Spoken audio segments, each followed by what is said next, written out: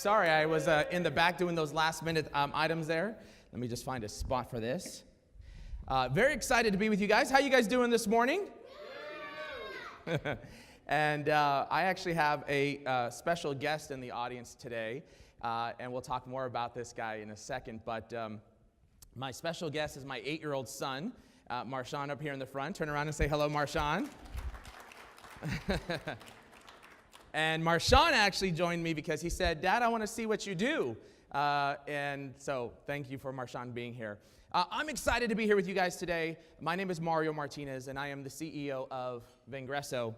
And I'm going to give you just a little bit of background about myself, so you've got some color to who I am and who Vengreso is. I want you to know first that I sat in the seat 2.5 years ago.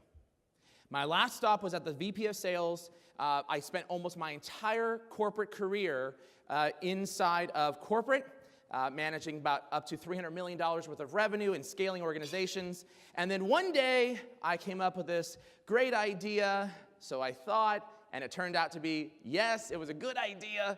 I said, you know, our organization is focused solely on prospecting a very traditional way.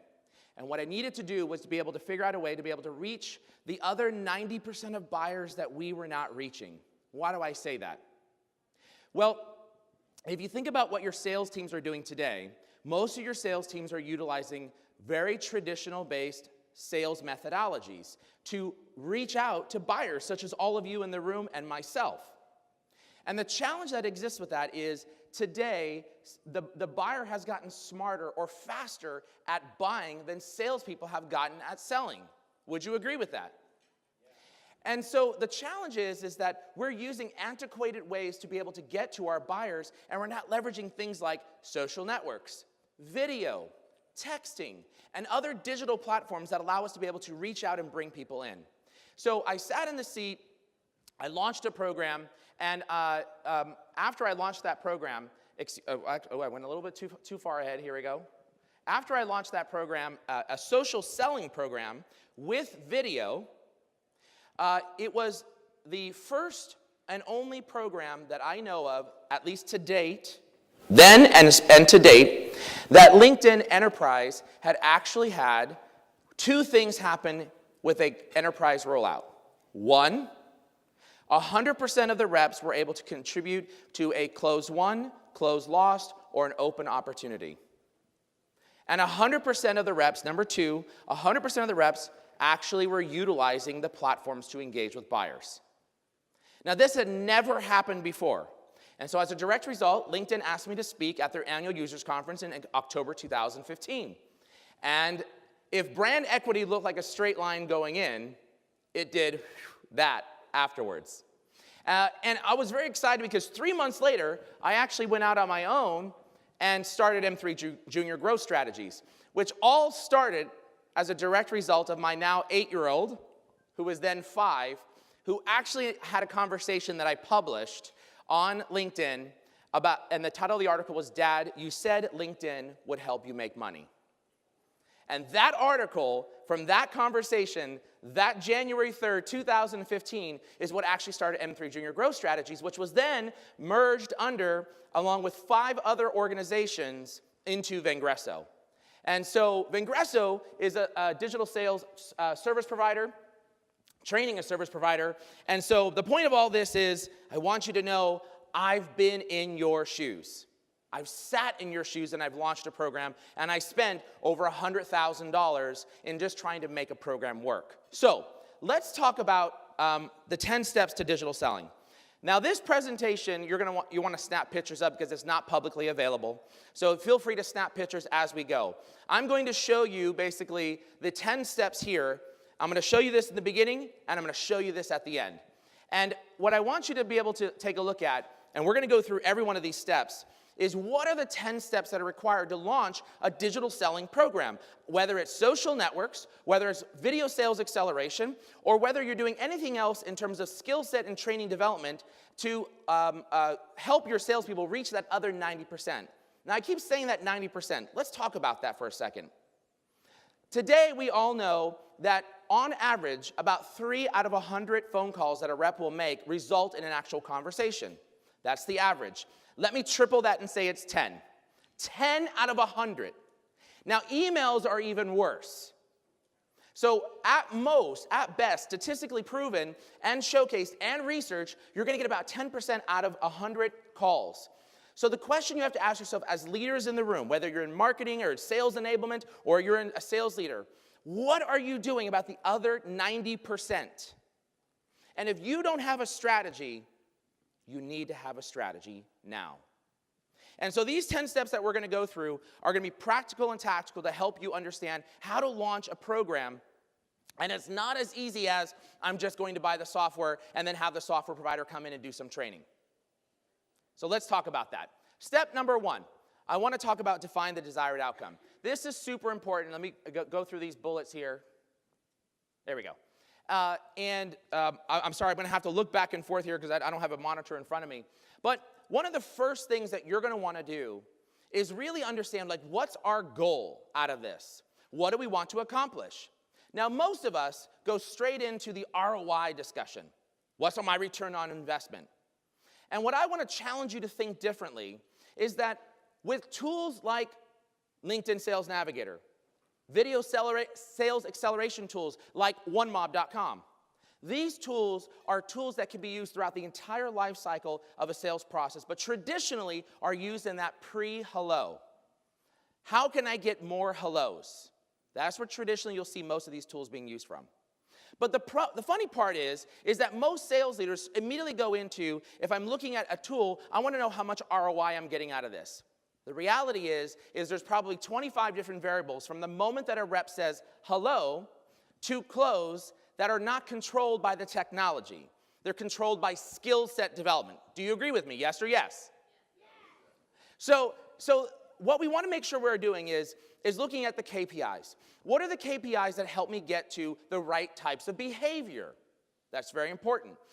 In addition, we want to be thinking about the types of KPIs that monitor and identify progress towards more conversations. All right? Let me tell you a little story. When I sat in the seat, one day I called up our Senior Vice President of Sales Operations. And I said, John, that's his name, I want to know how much money we are spending on tool A, B, C, and D. He said X, Y, Z, and A. A, B, C, D. There we go. That's what he said. And I said, fantastic. The one that stands out the most is a tool that we were spending $250,000 on. And I said, $250,000 a year for a sales force of 350 people. Wow, that's big money. What's the ROI? And he said, I don't know. I said, what do you mean you don't know what the ROI is? He says, we don't really have a way of tracking that ROI. How could we not have a way of tracking that ROI? Well, we know that it's needed. The sales rep said that they want it. The sales rep said they can't live without it. Really? Is that true and accurate? So he says, well, what do you want out of this? I said, I want to know the ROI. What are you going to do to get me the ROI? He's like, nothing. I can't do anything. I said, how about we do this? Let's make a change inside of our CRM so that every time someone opens an opportunity inside of the CRM, they are required to actually select the tool that helped them open an opportunity.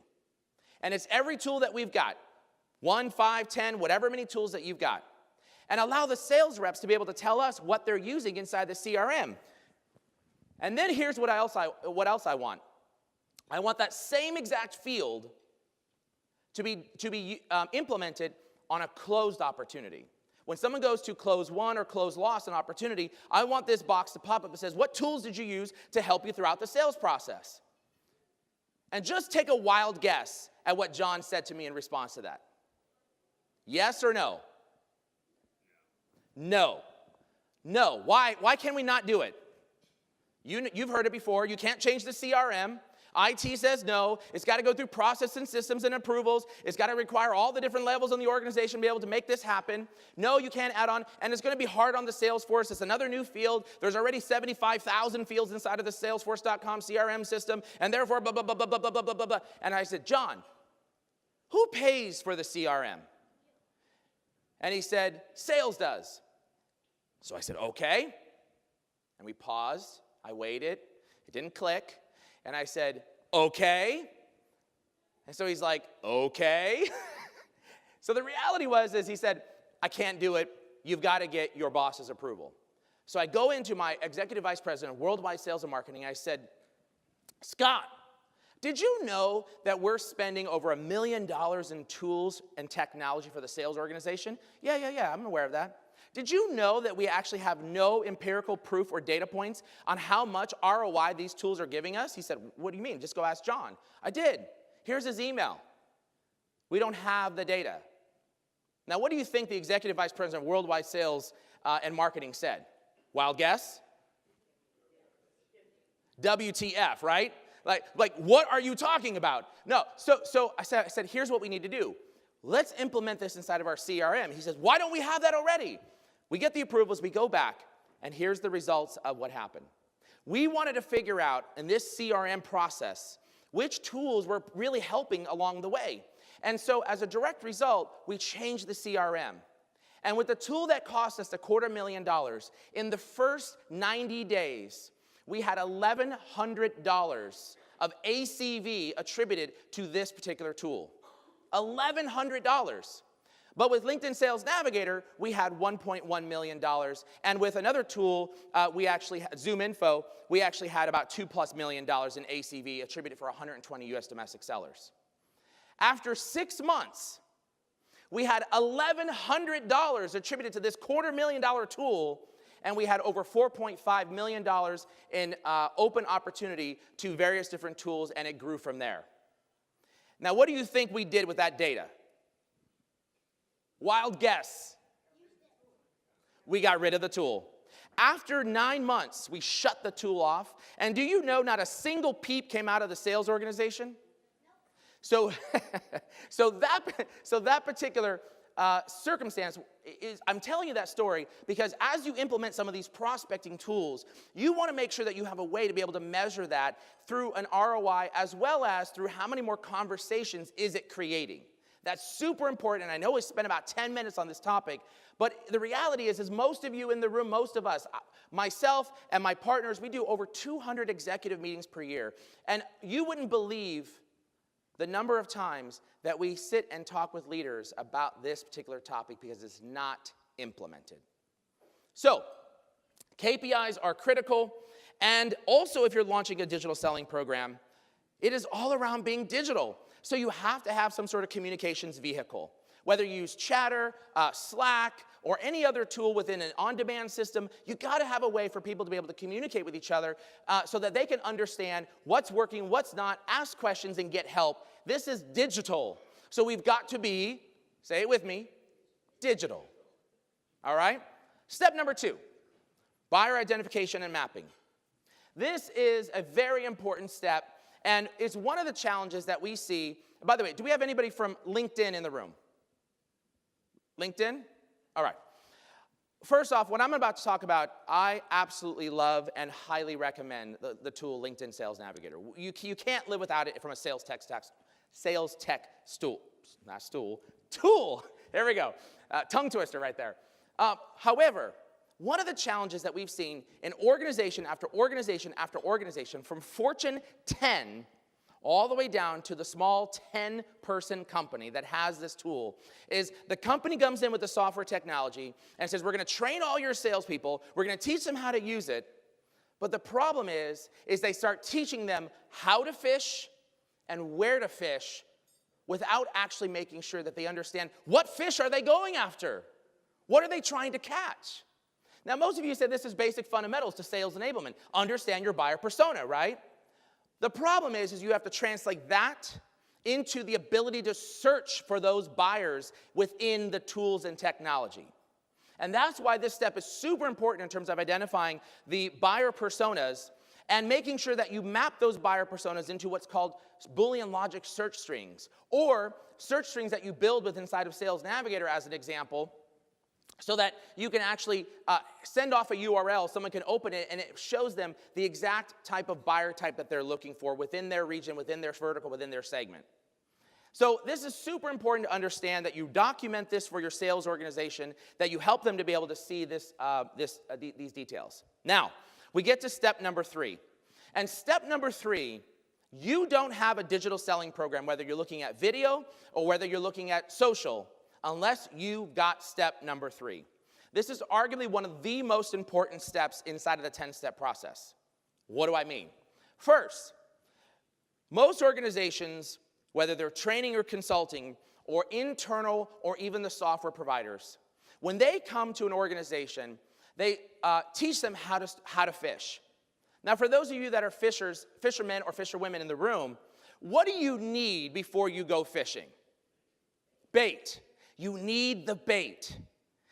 And this is arguably like the most important thing. We launch technology, we launch tools, but we don't actually have the bait. By the way, if I connect with you, just because I connected with you on a tool or platform like LinkedIn does not mean that you and I are BFFs. It does not mean that you and I are actually going to have a meeting now. We've got to add value to the process, and we talk about that all the time. So the issue that we need to be thinking about is making sure that we, as sales enablement professionals, are working with our marketing leaders to make sure that we've got content. Now, most of your marketing team leaders will say, oh, we have content, absolutely. And what I want you to do is I want you to go back to those marketing leaders, and I want you to challenge them and say, but is it the right type of content? Is it content for sales enablement? Or do we have product information? More times than not, most marketing organizations are producing product-based information about the product, always leading to the product. Advertisement, advertisement, advertisement. But what we really need is content that adds value. How to, what to, when to, listicles as an example. Questions that answer business problems for your specific buyer type. Does that make sense? If you do not have the bait, here's my recommendation. Save your $100,000 or more or less, whatever the number is, save it. Don't spend a single dime if you do not have this, because your sellers will ultimately fail, your program will fail, and you will not succeed. Step number 4. Now we get to the part of what are the right tools.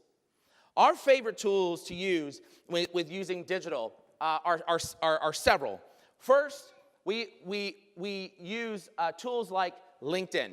Now, some organizations say, hey, can we use LinkedIn free and not have to buy $1,000 or $1,100 person per license? The answer is, with Vengresso, we'll train your sales organization how to use it in a crawl, walk, run scenario. We'll get you to the Sales Navigator and showcase some ROI. So the answer is yes.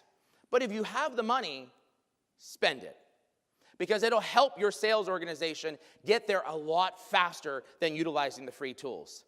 Now we also look at, once we've got a prospecting tool, and once we start building and developing a connection strategy, meaning bringing our targeted buyers into our network, we got to have a way to be able to distribute content, because not every connection leads to a meeting. Agree?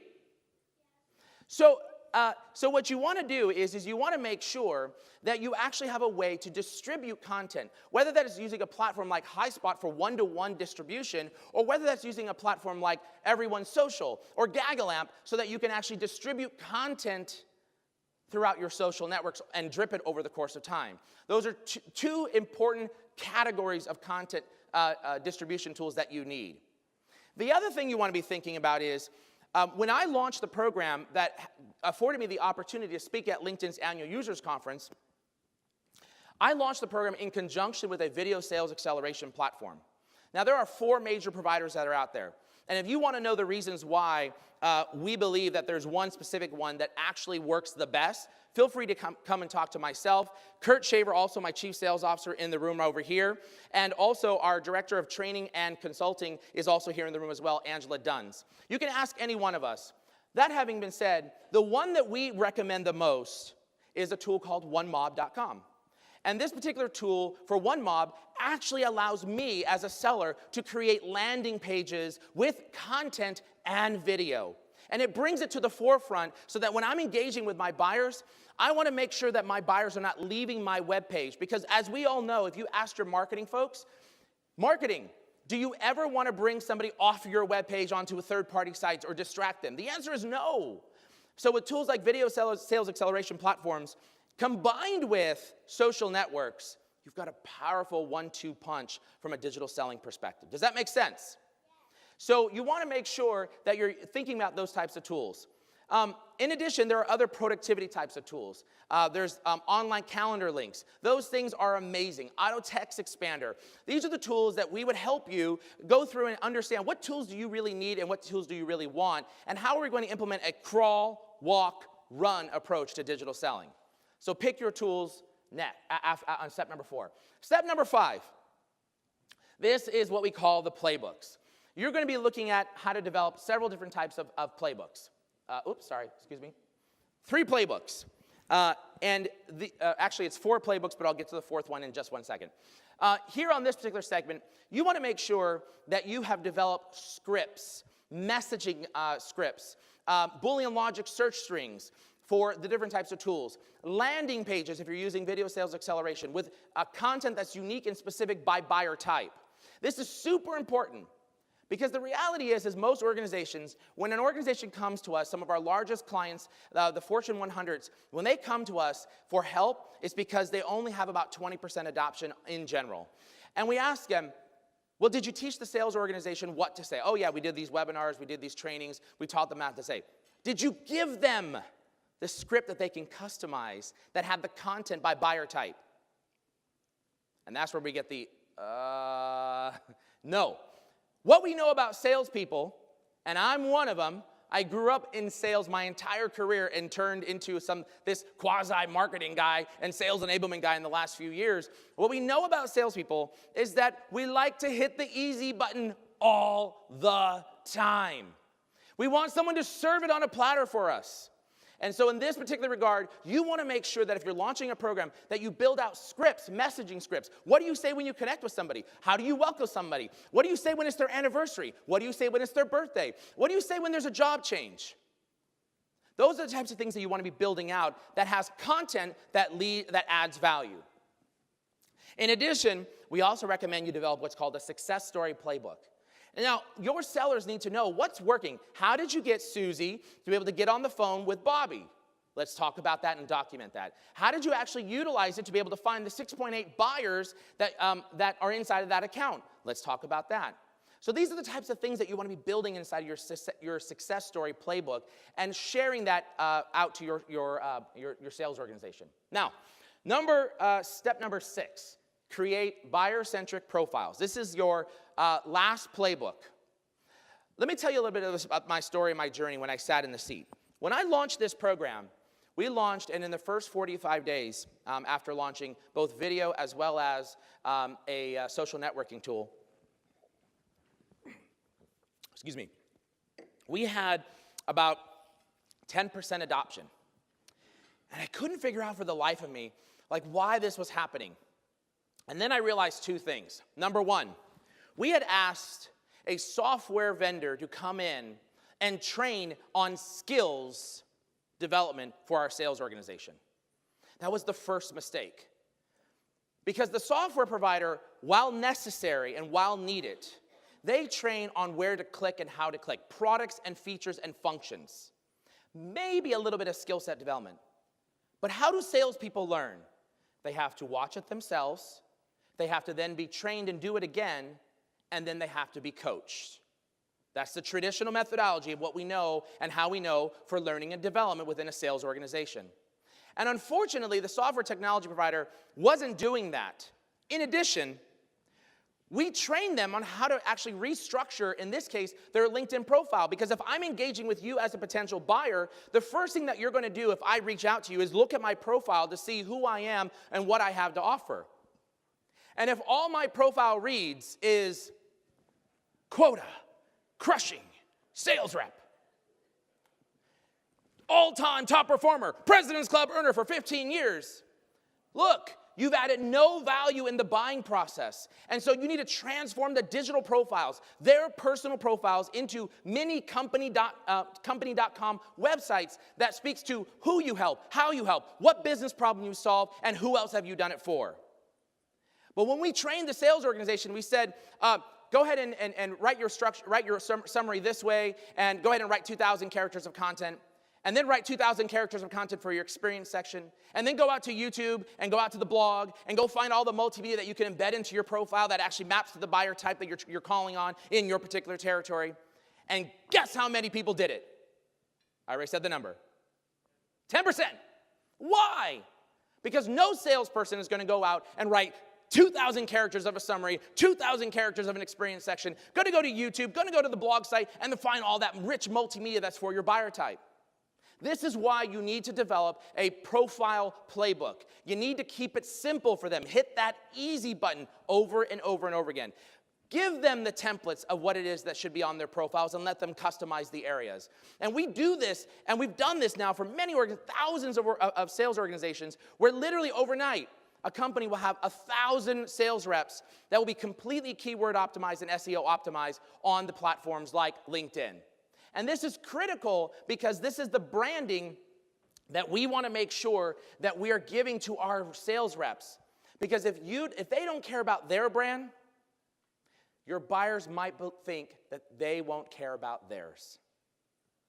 So make sure you give those playbooks. And oh, I'm sorry, I totally lost track of this. Most of them are resumes. We want to convert them from a resume to a resource. We want to make sure we grow credibility. We want to speak to the buyer's challenges. We also want to bring case studies in, and we also want to have a call to action. What do you want them to do? That's what a playbook should include. And generally, our playbooks for the LinkedIn profiles have 10 sections on there to be able to address the need for a profile. And here's how you get support if you want to get funding.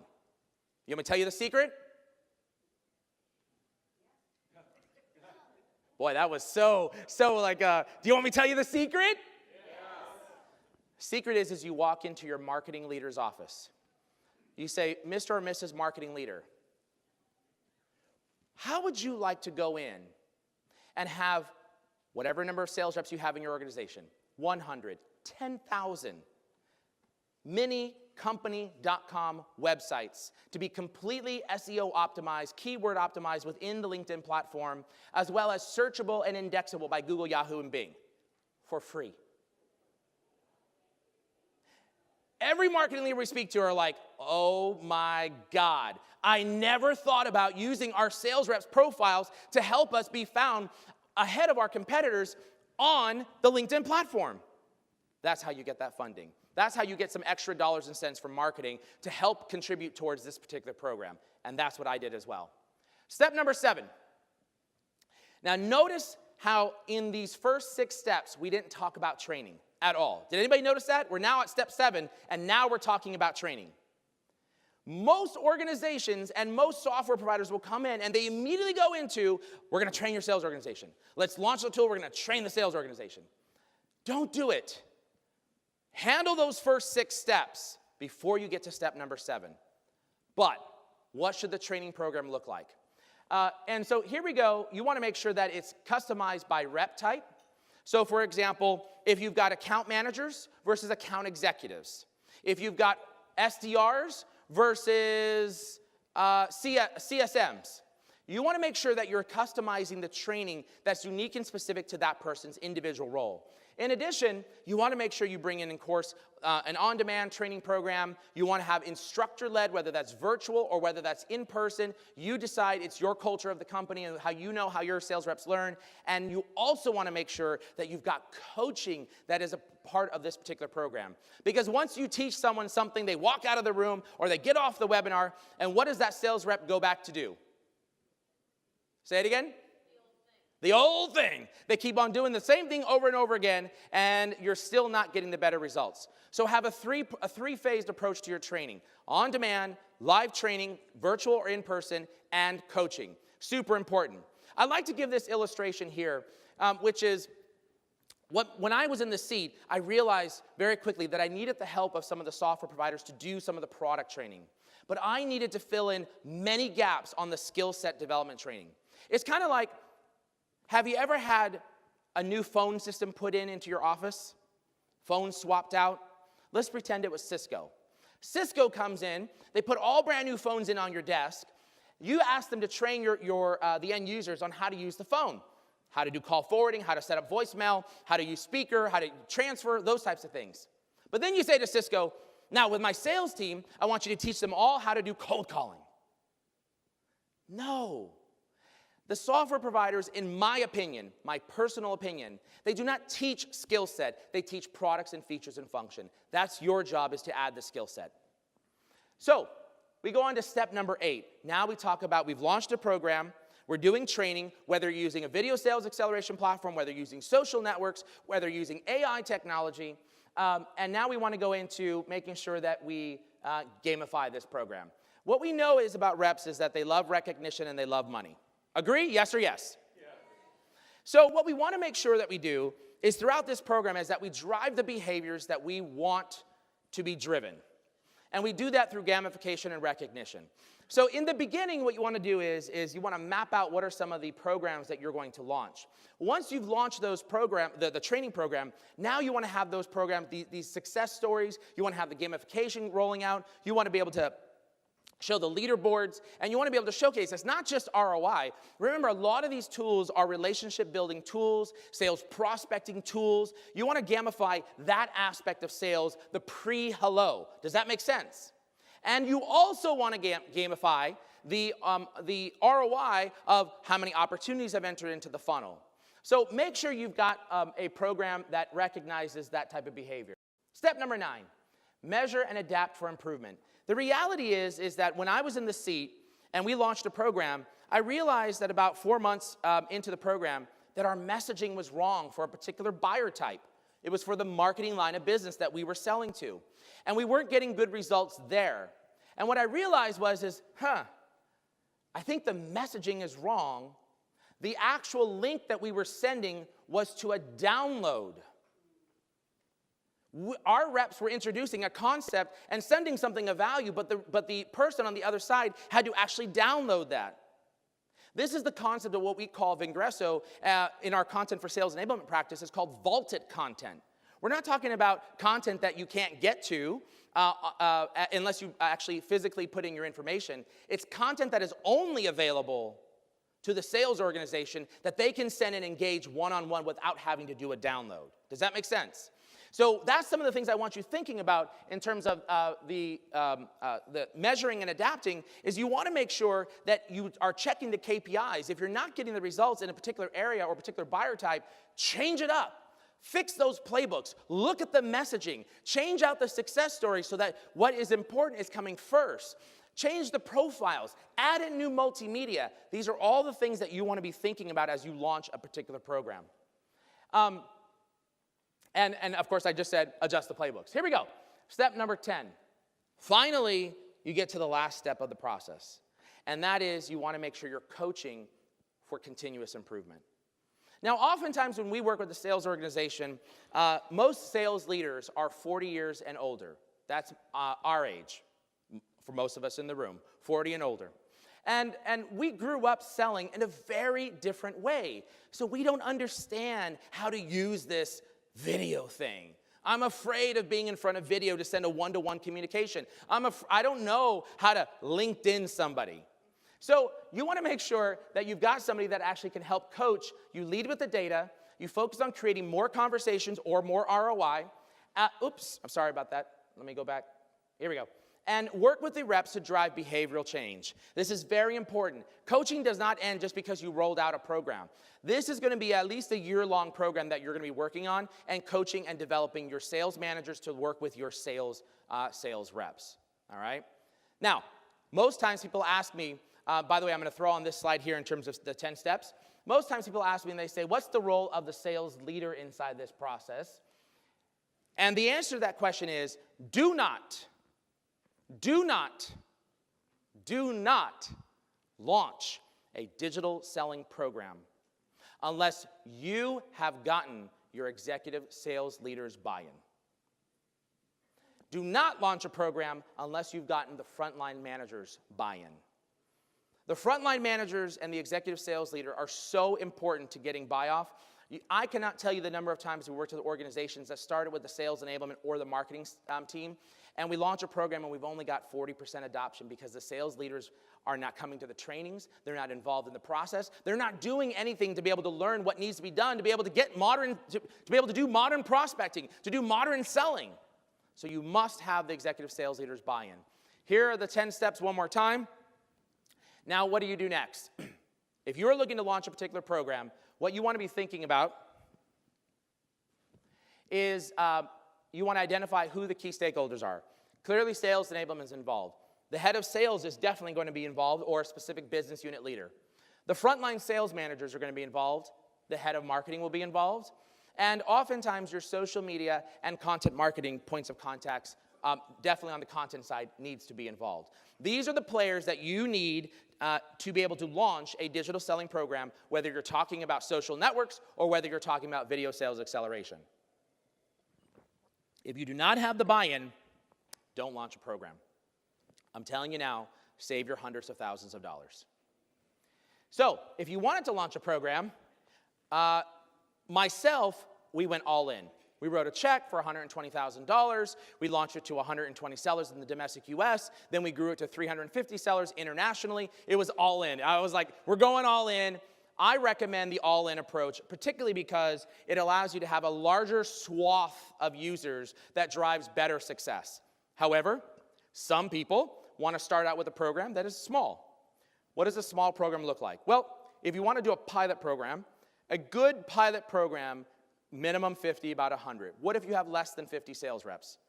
Then launch your whole sales program, right? So you want the other sales reps to help drive success by the things that they're doing to showcase what's working and what's not. The smaller your group is, even if you have 10 people, launch it with 10, right? But if you have 50, go with 50. If you've got 3,000 and you want to start with a pilot, go with at least 100, right?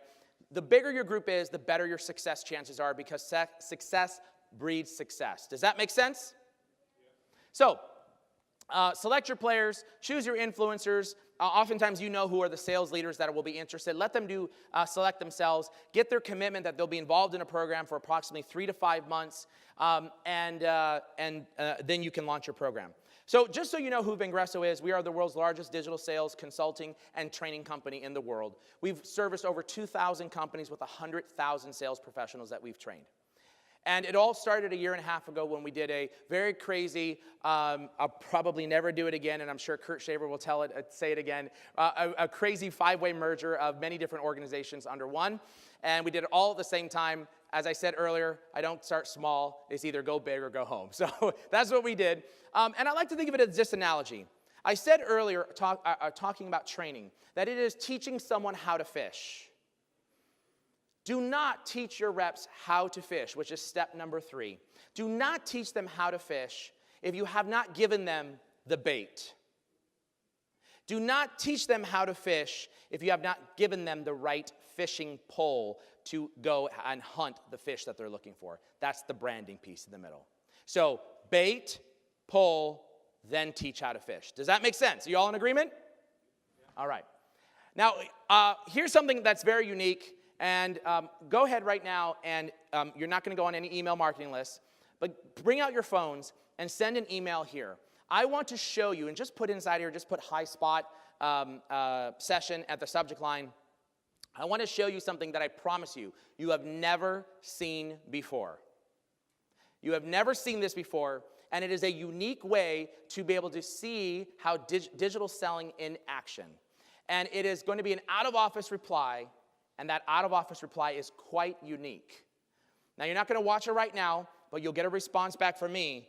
And just imagine, with this one simple technique, using a video sales platform, if all of your sales reps talked or reached out or spoke to your buyers this way. Everybody got this? Mario@vingresso.com, and you'll get an auto reply, and away you go. Good to go? All in favor? Say aye. All right. We also do, just so you know, if you're interested and you're like, I want to know before I take any action or even a pilot program, if I need digital selling, you're welcome to be able to go to Digital Selling Benchmark Report, and you can welcome to speak myself or Angela or Kurt here at the end.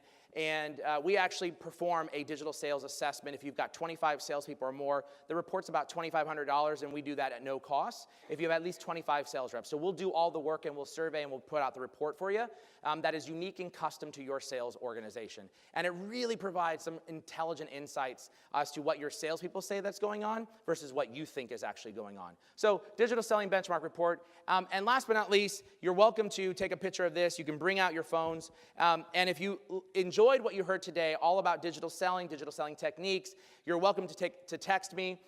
Text 38470, text Mario to 38470. We'll ask for your email, and I'll ask for your name instantly. And ask for your name instantly. So this is for access to our content. And I'm going to show you one last tip. And what I'd like everybody to do is take out your phones right now. Go ahead and take out your this is my wife. She's calling me to find my son. I'm like, hello, babe. So what I want you to do right now is I want you to go ahead and take out your phones.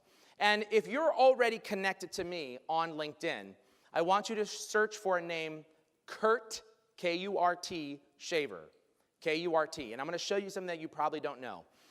So Mario Martinez, if you're not connected to me, or if you are connected to me already, which I know some of you in the room are, find Kurt Shaver. You want to be a second-degree connection.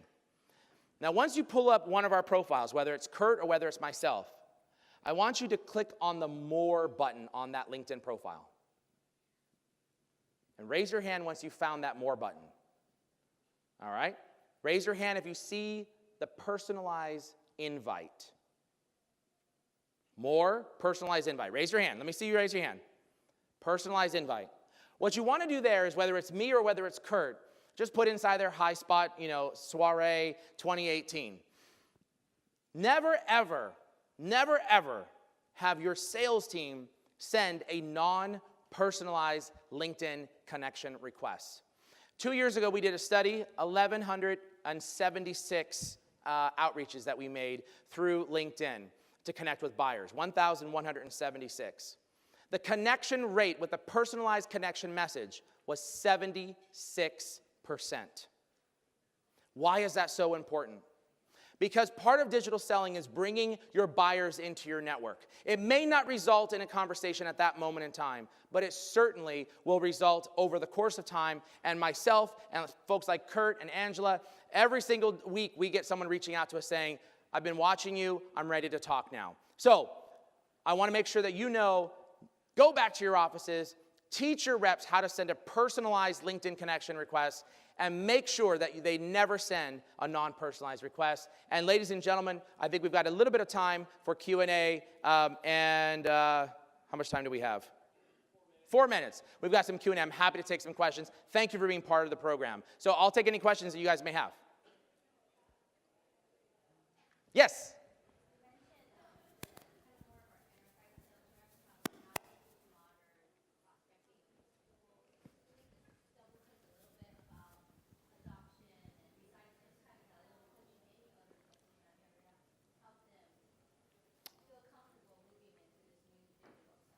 So the question was, when you think about the enterprise sales reps, especially those that are that 40 years and older category, many of them are not used to modern selling techniques. So how do you get them to actually start being a modern seller, right? Utilizing technology to be able to engage with their buyers.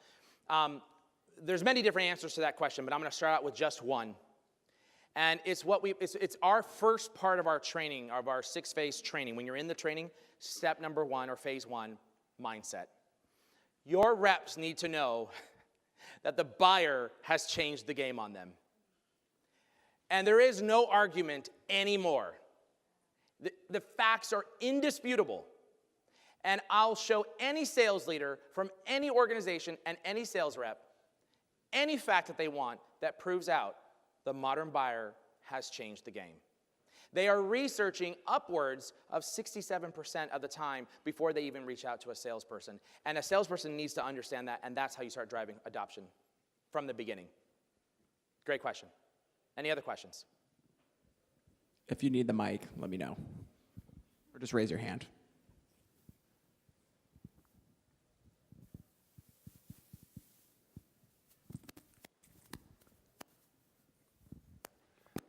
I know the story, but I think people might like to know a little bit about how specifically Marshawn launched the company.